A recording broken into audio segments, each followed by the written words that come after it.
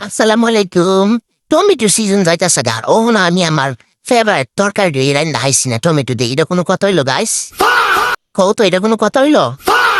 তো আজকে আমি আমার ফেভারিট তরকারিটা রান্ধবো। আর এই তরকারি রান্ধতে গেলাম সবচেয়ে বেশি দরকার টমেটো আর লগে দরকার ছোট মাছ। বড় মাছ ধর রান্ধন যায় কিন্তু বড় মাছ দিয়ে রান্নলে দেখতে ভালো লাগে না।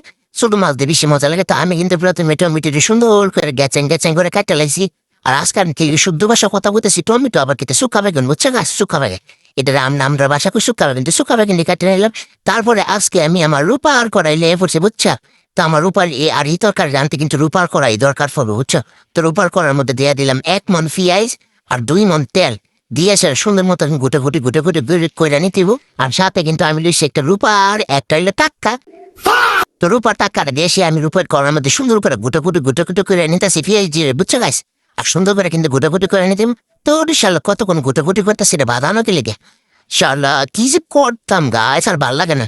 ও হো ভাজা হয়ে গেছে ভাজা হয়ে গেছে। মানে একটু লাল কালার বহন দিয়ে দিতে ফানি ফানি দেওয়ার পর তো একবারে ধুমা উঠতেছে করাই দেখি একটা অবস্থা তো সোলার একটু কমে দিলাম যদি আবার আগুন ধরে রাখা। আর তে তো আবার ফায়ার সার্ভিস দেখা লাগবে তো সোলারটা কমে ওখান কিন্তু সব ধরনের মশলা দিয়ে দিতে হইব। তো মরিচের ফাহি হলদি ফাহি বরজের ফাহি তারপর হলো পরিমাণ মতো লবণ। তারপরে কিন্তু সুন্দর মতো ড্রামে আবার গুটে গুটি করে নিতেছি মানে ঈদের মশলা ড্রাম সুন্দর মতো কষাই নিতেছি। তো এই পর্যায়ে আবার দিয়ে দিলাম কয়েকটা কাঁচামরিচ।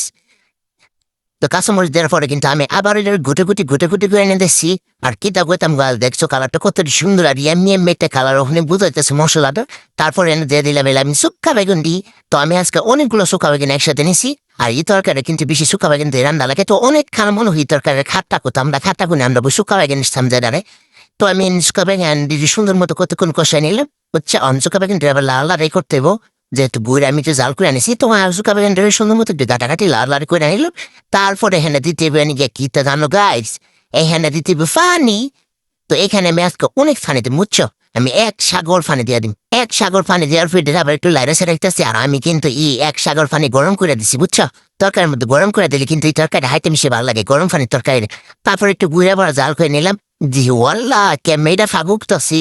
তারপরে এই যে দেখছো আমি কিন্তু মাছের নাম আজকে তোমরা আগে কইনি বুঝছো। এখন দেখছো তো এগুলো কি মাছ এগুলো হইলো আমার ফেভারিট মাছ বুঝছো। আমার জামাইয়ের খুব পছন্দের এই মাছটা। তো এনে দিয়ে দিলাম আমি মহা মাছ বুঝছা। আর আজকে আমি অনেকগুলো মাছ কিন্তু দিচ্ছি।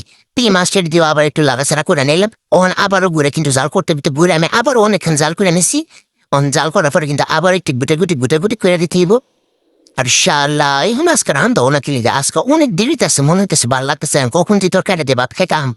এই তরকারিতে ভাত খাইলে যে কি ভালো লাগে যারা হাইছে তারা এটার স্বাদটা বুঝতে পারবো যে এই তরকারির স্বাদটা কিরকম বুঝছো গাছ। তো আমি একটু লবণ চাচ্ছি ওমা দেখি লবণ কম হয়েছে এটা কোনো কথা তোর শালা এমনি আজকে রান্ধা দিয়েছে আবার লবণ কম।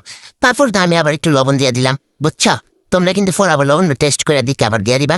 তো আমি প্রথমে যেহেতু লবণ দিচ্ছি দেখলাম যে লবণটা কম লাগে তো আমি আবার একটু লবণ দিয়ে দিলে দিয়ে এখন আবার একটু জাল করতে হবে যেহেতু লবণ দিছি তো দিয়ে আবার একটু জাল করলাম। আর এই যে আমার একটা বদ্ধ ছিল মানে হাতটি শুধু তর্ত করে শুধু লাড়ালাড়ি করবার লাগে বুঝছা। তো লাড়ালাড়ি গাটাগাটি আর কতক্ষণ করে নিলাম কইটা দেখছা এই পর্যায়ে কিন্তু আমার তরকারি একদম রেডি। এন্ড শুধু সোলার বন্ধ করে দিন। আর দেখি বুঝা যাচ্ছে কালারটা কতটা জুসি একটা কালার আর মাশাল্লাহ তরকারিটা খাইতে অনেক মজা আছে। আর আজকের মতো এই পর্যন্তই। সবাই ভালো সুস্থ থাকার আমার কিন্তু সবাই বেশি বেশি দোয়া করবো আমি সবার বেশি বেশি দোয়া করি। আল্লাহ হাফেজ।